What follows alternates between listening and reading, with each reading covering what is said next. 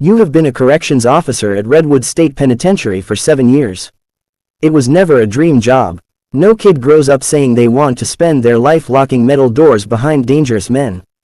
But it was stable. It paid $44,000 a year, came with health insurance, and if you stayed long enough there was a pension waiting at the end of 30 years. Most people didn't last that long. Redwood was a maximum security prison tucked far outside the city, surrounded by miles of forest and razor wire. The facility was old. The concrete walls held decades of tension inside them. Every hallway echoed with the sound of boots and distant shouting. You worked C block, the toughest cell block in the prison. The inmates there were the kind that other inmates avoided. Murderers, organized crime figures, men serving sentences so long that time itself had stopped meaning anything to them. You had built a reputation among the guards. Reliable, quiet, by the book. Your name was Daniel Carter, and you were the kind of officer who followed every protocol exactly the way it was written. No shortcuts, no favors, no deals. Some of the other guards teased you for it. They said you were too straight-laced for this place. But you had seen what happened to the guards who bent the rules. It always started small. Someone brought in a pack of cigarettes for an inmate. Another guard passed along a phone number.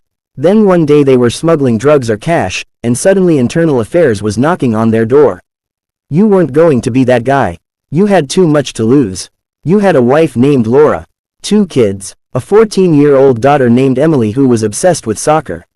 And a 12-year-old son named Jacob who needed braces. You also had a mortgage on a small house that had dropped in value since you bought it. A used truck with 150,000 miles on it. And exactly $1,200 in your savings account. Your family wasn't poor, but you were close enough to the edge that one bad event could break everything. Then the bad event came. Laura found a lump. At first the doctor said it was probably nothing. Then there were tests. Then more tests. Then one afternoon you were sitting in a cold office while an oncologist explained that your wife had stage 3 breast cancer. Aggressive, fast-growing, treatable if you acted quickly.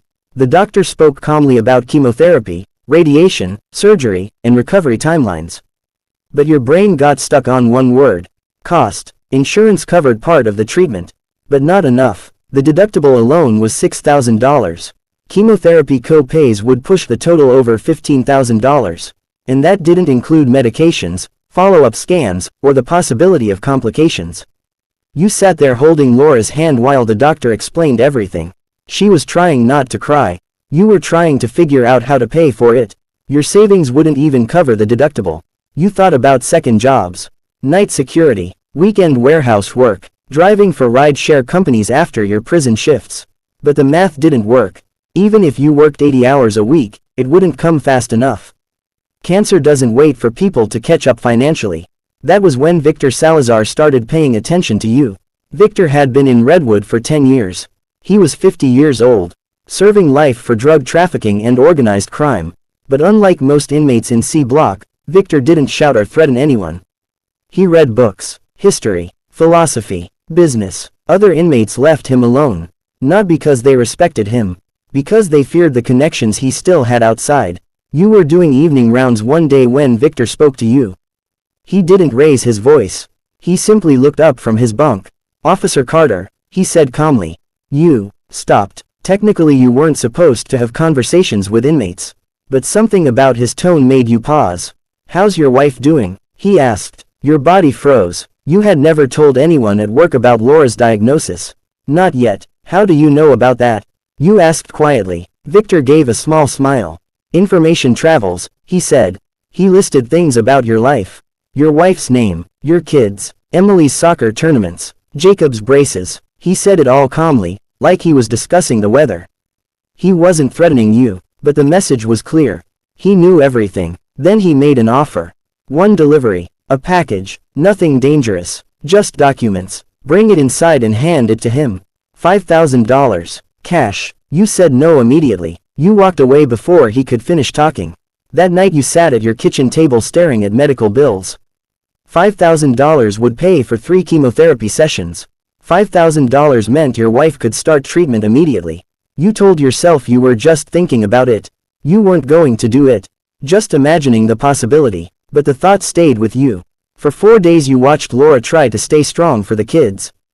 You watched fear flash across her face when she thought no one was looking. On Friday afternoon you walked past Victor's cell again. And without meaning to, you nodded. Just once. The next morning there was a folded piece of paper inside a napkin on your desk. An address. A time. Sunday afternoon. You drove 30 miles outside the city to a storage facility. Unit 314. The lock was already open. Inside was a sealed envelope. Thick. You didn't open it. You didn't want to know. Monday morning you brought it into the prison. Your heart was pounding as you walked through the metal detector. But no one searched you. You had worked here 7 years. They trusted you. You handed the envelope to Victor during a camera blind spot in evening rounds. 20 seconds. That was all it took. 2 days later you checked a P.O. box. There was an envelope inside. $100 bills. $5,000. More cash than you had ever held before. You used it to pay for Laura's first chemotherapy session. And for the first time since the diagnosis, you felt like maybe you could breathe again. But Victor approached you again 3 weeks later. Another package. This time $10,000. And this time it wasn't really a request. Because you had already crossed the line. You delivered it. Then another. Then another. The payments got bigger. $15,000. $20,000. Your wife started responding to treatment. The tumors began shrinking. The doctor cautiously mentioned the word remission. Your family's life slowly stabilized. But strange things began happening in C Block. Inmates coordinated their movements. Contraband appeared more frequently. Whispers about escape plans spread through the prison.